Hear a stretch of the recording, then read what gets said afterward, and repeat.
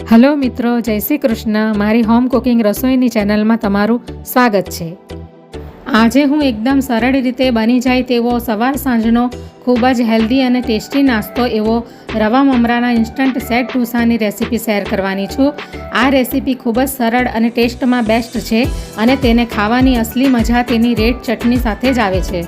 જો પહેલી વાર બનાવતા હોવ તો આ રીતથી તમારા સેટ ઢોસા એકદમ પરફેક્ટ બનશે. તો દાળ ચોખા પલાળ્યા વગર આપણે સોફ્ટ ઢોસાની રેસીપી શેર કરવાની છે.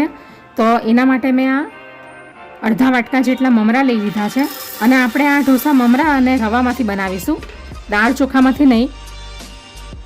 અને આ પોણી વાટકી સૂજી લીધી છે, એટલે કે રવો લીધો છે. તો સૌથી પહેલાં આપણે એને ગ્રાઇન્ડ કરી દઈશું મિક્સીમાં. તો હવે સૂજી અને મમરાને પીસી લીધા છે. હવે આપણે એની અંદર અડધી વાટકી દહીં નાખીશું. હવે આપણે એની અંદર એક વાટકી જેટલું પાણી નાખીશું અને ફરીથી આપણે મિક્સીમાં ગ્રાઇન્ડ કરી લઈશું.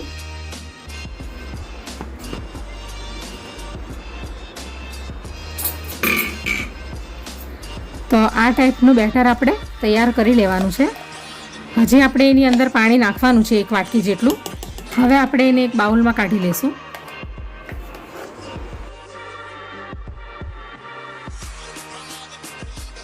હવે આપણે એક વાટકી જેટલું પાણી આ મિક્સીમાં નાખી દઈશું.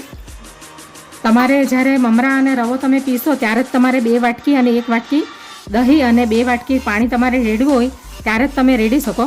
પણ આવી રીતે મિક્સીમાં બધું વ્યવસ્થિત બધું નીકાળવાનું હોય એટલા માટે મેં બાકી રાખ્યું પાણી નાખવાનું અંદર. અને હવે હમણાં મેં 1 વાટકી પાણી અંદર ઉમેર્યું છે. તો હવે આપણે આ મિક્સીની અંદરથી બધું આવી રીતે હલાવીને લઈ લઈશું પાણી અને બેટરમાં નાખી દઈશું. હવે આપણે મિક્સ કરી લઈશું બરાબર.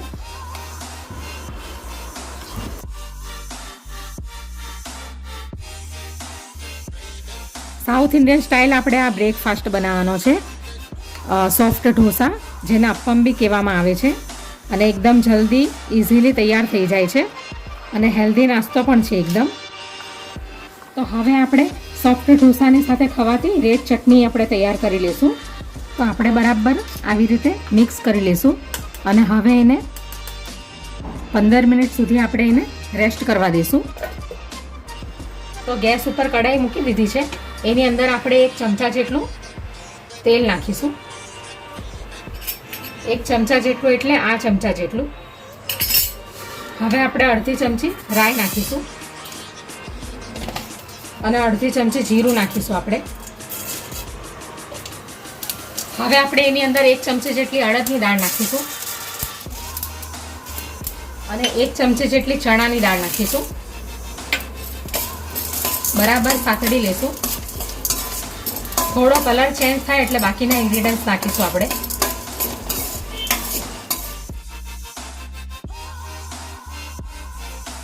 હવે અડધી ચમચી અંદર હિંગ નાખીશું. તો 1 કાંદો કાપીને લઈ લીધો છે મોટો, એ નાખીશું અંદર. આ 3 લસણની કળી લીધી છે અને 2 આદુના ટુકડા લીધા છે અને 2 સૂકા લાલ મરચાં લીધા છે, એ નાખી દઈશું અંદર.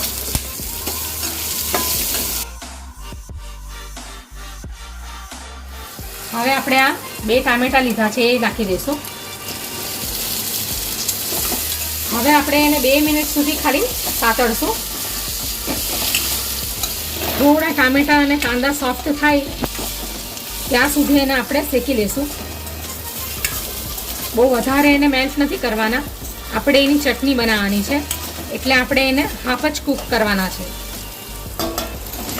તો હવે કાંદા, ટામેટા, લસણ વગેરે સોફ્ટ થઈ ગયા છે. તો હવે આપણે ગેસને બંધ કરી દઈશું અને ઠંડુ પડવા દઈશું. પછી આપણે એને મિક્સીમાં ગ્રાઇન્ડ કરી લઈશું. આપણે હવે એને 5 મિનિટ ઠંડુ પડવા દઈશું. હવે આપણે ચટણીની તૈયારી કરી લઈએ. આ મસાલો બધો ઠંડો થઈ ગયો છે. તો હવે આપણે એને મિક્સીમાં નાખી દઈશું.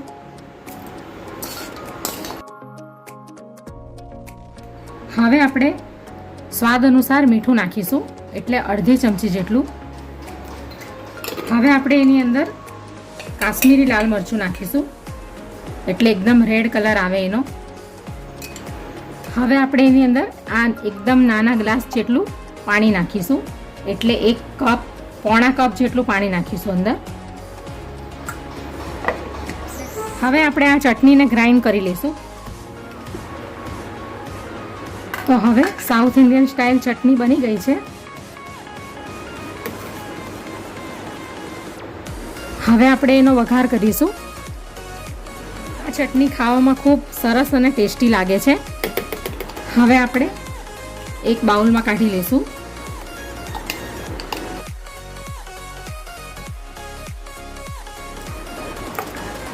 તો સરસ એવી ચટણી તૈયાર થઈ ગઈ છે. તો હવે આપણે એનો વઘાર કરી લઈશું. હવે આપણે ગેસની ઉપર વઘાર્યું મૂકી દીધું છે. હવે 1 મોટા ચમચા જેટલું ઓઇલ નાખીશું વઘાર કરવા માટે. હવે તેલ ગરમ થાય એટલે એની ઉપર રાઈ નાખી દઈશું, અડધી ચમચી, અને અડધી ચમચી જીરું નાખી દઈશું. હવે આપણે એની અંદર કડી પત્તા નાખી દઈશું.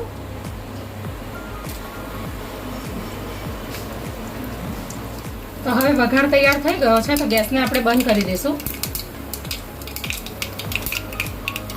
હવે આપણે આ ચટણીની ઉપર વઘારને નાખી દઈશું.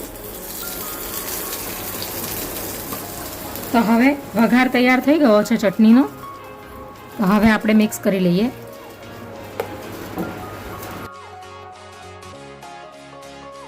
હવે આપણે સેટ ઢોસા બનાવવાનું ચાલુ કરીએ. તો હવે 15 મિનિટ થઈ ગઈ છે.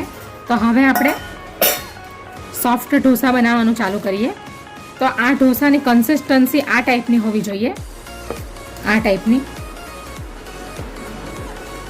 આ નાસ્તો એકદમ ઓછા તેલમાં તૈયાર થઈ જાય છે, એટલે ખાવામાં પણ હેલ્ધી હોય છે.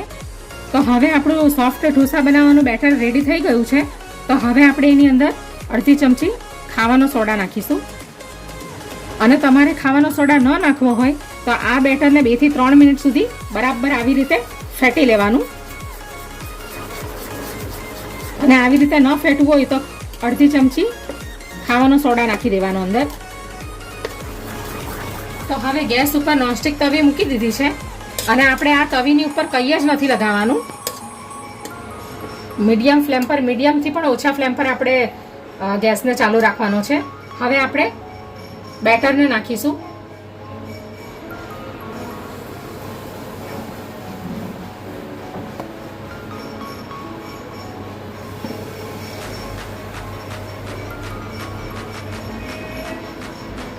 થોડું હલકા હાથેથી આપણે એને જરા સ્પ્રેડ કરી લેશું.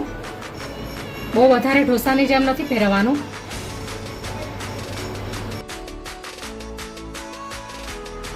હવે આપણે 2 મિનિટ સુધી ઢોસાને કૂક થવા દેશું. અને આપણે એને બંને સાઈડેથી નથી કૂક કરવાનો, એક જ સાઈડેથી કૂક કરવાનો છે. હવે આપણે નીચેની સાઈડેથી થોડું આવી રીતે ઊંચું કરીને જોઈ લેશું. તો કલર એનો ચેન્જ થઈ ગયો છે, બ્રાઉન કલર થઈ ગયો છે હલકો હલકો. તો હવે આપણે ઢોસાને બહાર કાઢી લઈશું. બસ એને એક જ સાઈડેથી આપણે શેકવાનો છે. હવે આપણે એને એક ડીશમાં કાઢી લઈશું. આવી જ રીતે આપણે બધા ઢોસાને તૈયાર કરી લઈશું. તો હવે આપણે બીજા ઢોસાને પણ તૈયાર કરી લઈશું. તમારે નાના મોટા જેવા બનાવવા હોય એવા તમે બનાવી શકો.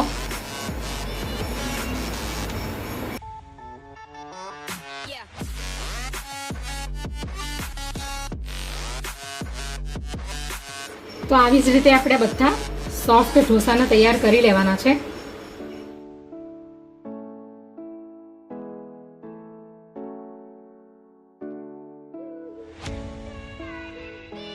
તો તૈયાર છે સવારનો હેલ્ધી નાસ્તો, south Indian style soft dosa. તો એકદમ સોફ્ટ બન્યો છે, તમે જોઈ શકો છો. અને ખાવામાં પણ ખૂબ સરસ લાગે છે અને એકદમ હેલ્ધી પણ છે. રેડ ચટણીની સાથે અથવા તો કોકોનટ ચટણીની સાથે પણ ખાવામાં આવે છે.